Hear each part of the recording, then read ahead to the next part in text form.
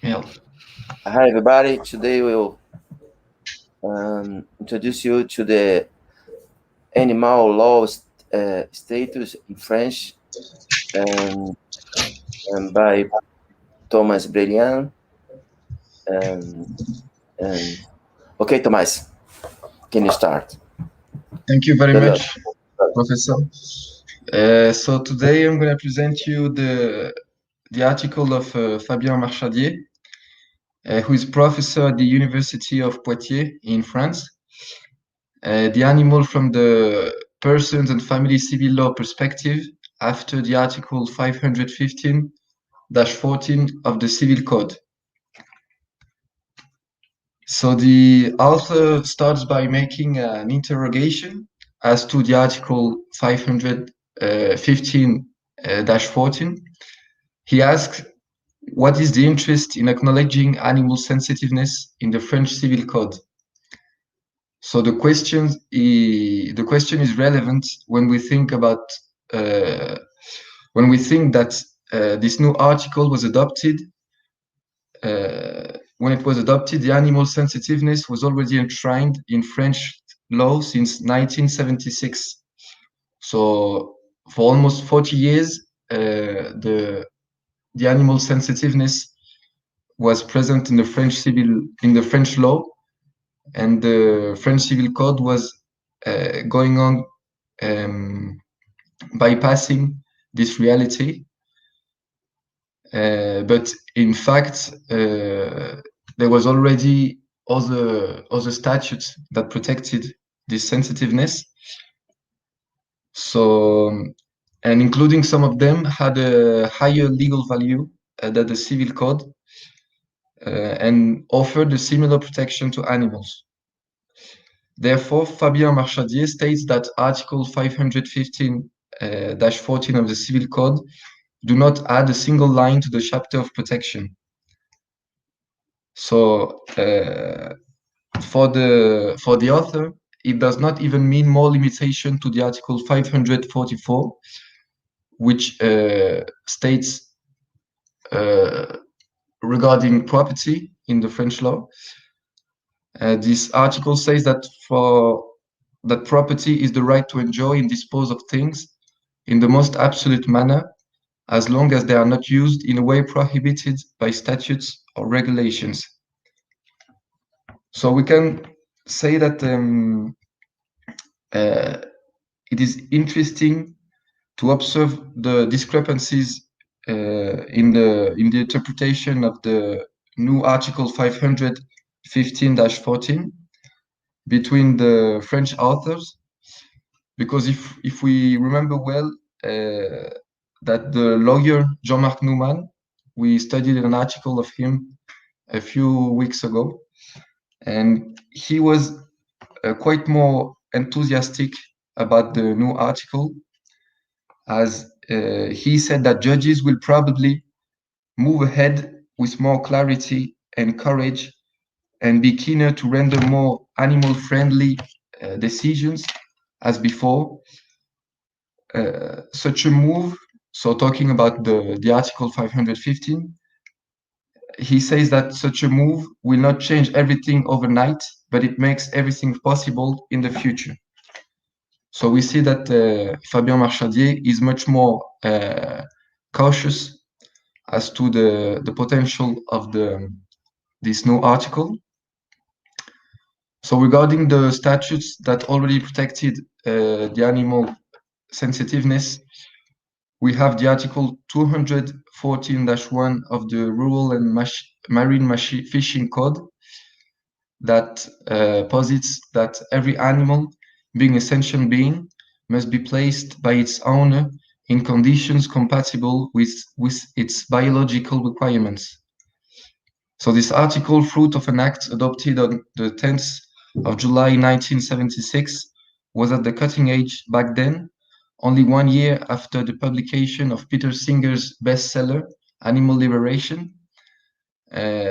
So it was at the cutting edge because the statutes take a distance with the anthropocentric approach by positing that animals must be protected for themselves and not in order to advance a human interest.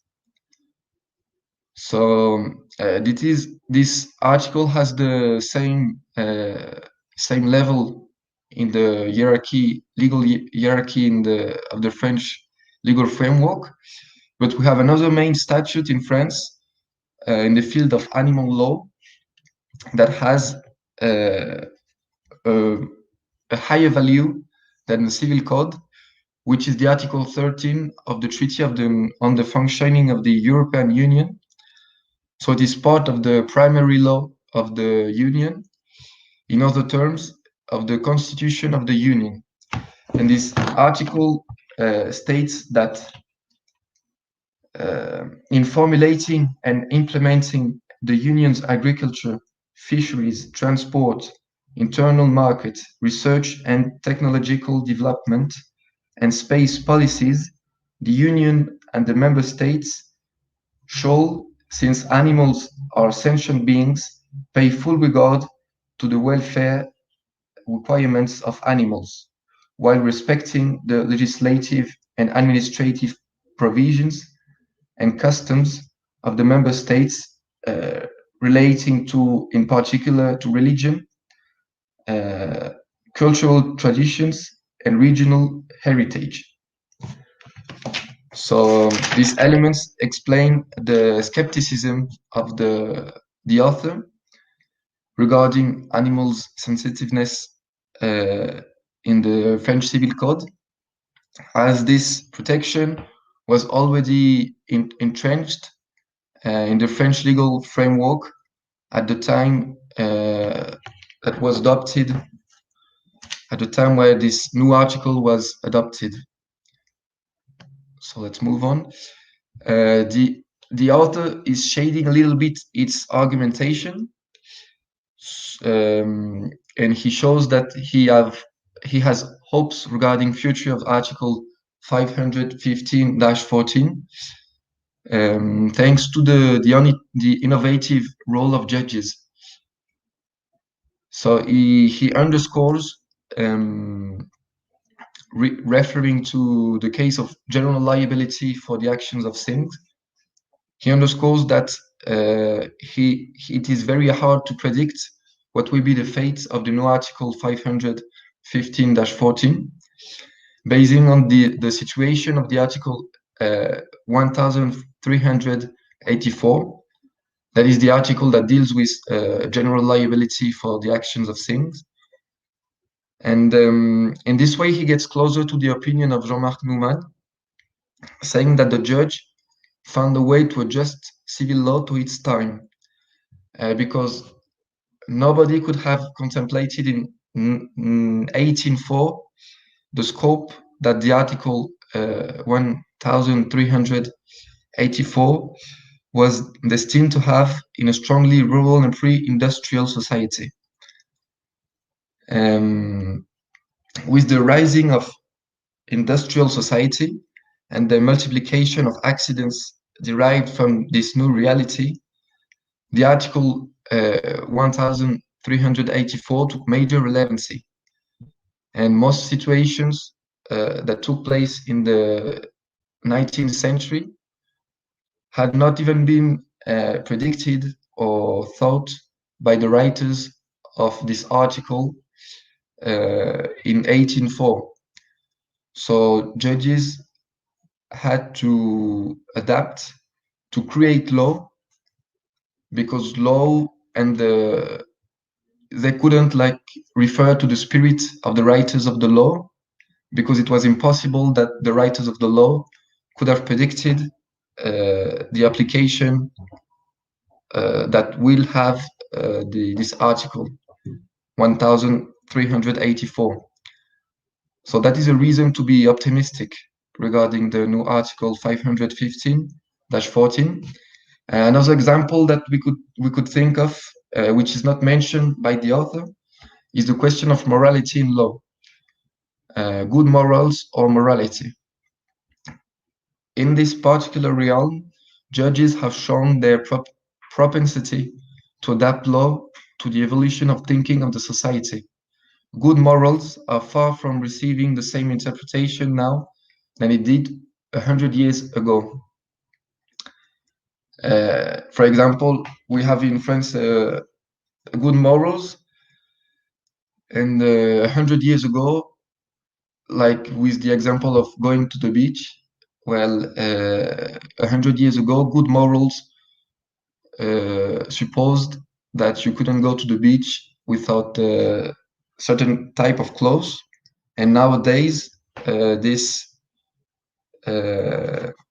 this interpretation of good morals changed completely, and you have like you can go topless, being woman. You can go in whatever with whatever clothes you want, which was not the case 100 years ago. So the same article, the same way to the same words are interpreted much differently now than it was decades ago. So as the question of the treatment of or bad treatment that receive animals in many society tends to gain importance, and our conception of non-human beings is deeply changing, it is possible to think that Article 515-14 may be used by judges to build an extensive protection for animals based on the new way of thinking of the population. So the sensitiveness was already recognized long before Article 515. The author insists on this fact regarding, for example, the litigation about divorce. Litigation regarding the animal, relatively important and only rarely exceeding appealing courts of appeal, has already led judges to detach themselves from a mechanical application of property law. Judges already considered that animals were a specific kind of property, different from the uninhabited things. This peculiarity was always the base for the enactment of statutes protecting animals, either direct or indirectly. Even with the Loi Grammont of the 2nd of July 1850, which is known as an anthropocentric law aiming at safeguarding human morality and public tranquility, there is no doubt that the deep causes of this limitation in the use of one's property was that hitting an animal is not the same as hitting a car or a table. It is not a trivial act, precisely because of the specific features of the animal. So yeah, even these kind of laws that were very anthropocentric, well, it wouldn't have any sense to adopt the Loi Grammont if you don't think that animal is sensitive. Because why prohibiting to hit an animal if he doesn't feel anything? It doesn't have any sense. And why being shocked? Why think that children can be shocked as they see someone hitting an animal if we don't think that animals are sensitive? It wouldn't have any sense to prohibit to hit a table in public to protect human tranquility or morality, because nobody gets disrupted, gets upset because you hit a car or table. So acts that came after, such as the law of the 7th of September 1959, which represented a landmark as it removed the publicity condition of the Grammont law, or the 1963 decree on the bad treatment towards animals, confirmed and extended the recognition of the animal sensitiveness. So there was a recent evolution in the way of treating legal questions regarding animals. So as it is said, underscored by the author, during decades, there was in French Court of Justice a tendency to despise questions related to animals, and especially in divorces. So, quoting the author, at the time when spouses tear each other apart and families collapse, isn't it worrying about animals' fate, trifling and insignificant? So there was this idea during a long time in French courts of law that the question of animals was not important enough to waste time of the quite busy judicial institution. Judges refused, for example, to use statutes on childhood to settle on the custody of animals. So the author mentions a decision of the Court of Appeal of Besançon, where judges considered that it was not up to the judge attached to family court to rule through an abusive reference to statutes on childhood on the question of alternate custody for animals. So the author underlines as well that the violence that was sparked by the Lunas case, which shows the resistance of part of the judges and doctrine in relation with the modification of the animal statute. So the Lunas case that is mentioned by the author is an old decision of the Court of Cassation that was ruled on the 16th of January 1962. So it's been a quite long time.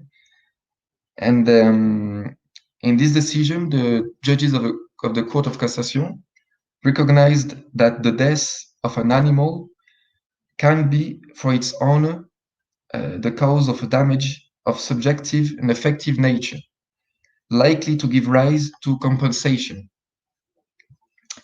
So by saying so, the court rejected the argumentation of the company that had made the appeal, and which alleged that moral damages are only conceivable in case related to the loss of a dear person, and that there is nothing similar between the distress caused by the death of a person and the one occasioned by the passing of an animal. So it was a quite anthropocentric approach of jurisprudence, is a growing consideration for the animal's interests. So the idea to discuss the future of an animal in a court of justice, as it tends to happen with original ideas, first was seen as ridiculous and thus dismissed, then began to be seriously discussed, and finally was adopted. So as the author underscores, if the use of things is never absolute, restrictions to property don't accustom to be granted on the interest of the thing, because in almost every cases, it makes no sense to talk about an interest of the thing. With animals, this interest exists, and it's possible to distinguish it from humans' interests. So that is what justified this change of paradigm in the field of civil law. So the author draws a parallel between the protection offered to animals thanks to case law in France and the statutes in Switzerland aiming at safeguarding the animal's interests. According to Article 651A of the Swiss Civil Code, for example, in the event of disputes over ownership of animals kept as pets rather than for investment or commercial purposes, the court will award sole ownership to whichever party offers the better conditions of animal welfare in which to keep the animal. Another striking example given by the author is the question of acquisitive prescription when the thing is an animal. Article 722b of the same legal text states that the person who finds an object turns into the owner of this object if after 5 years the original owner can't be found in this period of time. However, concerning animals, pets, rather than animals, I think I made a mistake here. Animals kept as pets rather than for investment or commercial purposes, the affective and psychological well-being of the animal, justified that these 5 years are reduced to 2 months. In a sense, the solution may seem baffling, as if we consider that the animal has a memory, the fact that he can be possessed by another person than its original owner, to whom the animal may be emotionally attached to, is surprising, and in my opinion, not the best choice the lawmaker could make. So the Article 515 of the French Civil Code is at first glance a weak impulsion role, because apart from the question of acquisitive prescription, the author stresses that all the legal framework of animal protection provided by law in Switzerland and derived from the consideration of the animal's sensitiveness is valid in France, thanks to the interpretation that make judges of norms, and that don't address specifically to animals. Therefore, we can ask ourselves, what is the purpose of such a modification in the civil code if it does not add anything to the protection offered by judges? So, as said by the promoters of the law, the main goal with Article 515-14 was to remedy an inconsistency in French law and adapt the civil code, which is probably the most conservative code in the country, to case law and to the vision that nowadays most people have of animals. So the author goes from perplexity to hopes throughout the text, showing in a sentence the lack of innovation of the Article 515-14, and in the next one pointing out the huge potential of this new article. The most surprising element is that in both cases, the base of this argumentation is the same one. That is to say, judges' interpretations and decisions. In a country where judges were once considered to be mere automatons, mouths of the almighty law, judges are now asked to develop audacious jurisprudence in order to take into account the sensitiveness of the animal in a growing number of situations in the field of civil law. However, judges remain servants of the law and will not be able to go beyond certain limits. As mentioned by French lawyer Marie-Bénédicte de Vallon, the animal has currently a hybrid nature, as it is a potential person and the thing of its owner. In other terms, the new Article 515-14 is far from resolving all the contradictions in French law regarding the status of animal. Only law could create a sui generis legal category for animals or give them legal personality.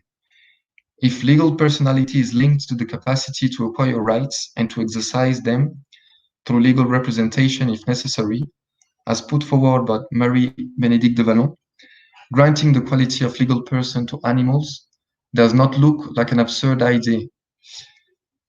If it is important to consolidate and straighten the current protection offered to pets, it is essential to keep in mind that these animals only represent a very small proportion if we compare to animals used to satisfy other social interests, as feeding people, dressing people, or helping to find a solution to cure disease that afflicts humans, for example.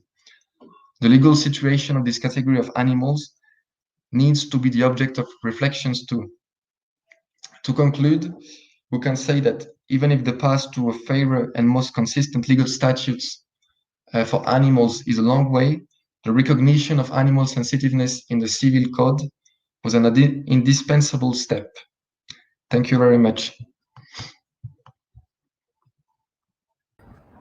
Congratulations, Thomas. It was great. Thank you so much. And we will begin the debate with the other students, okay? Talita, Judy, Caroline, Madame Bouteau, Je veux arrêter la diffusion.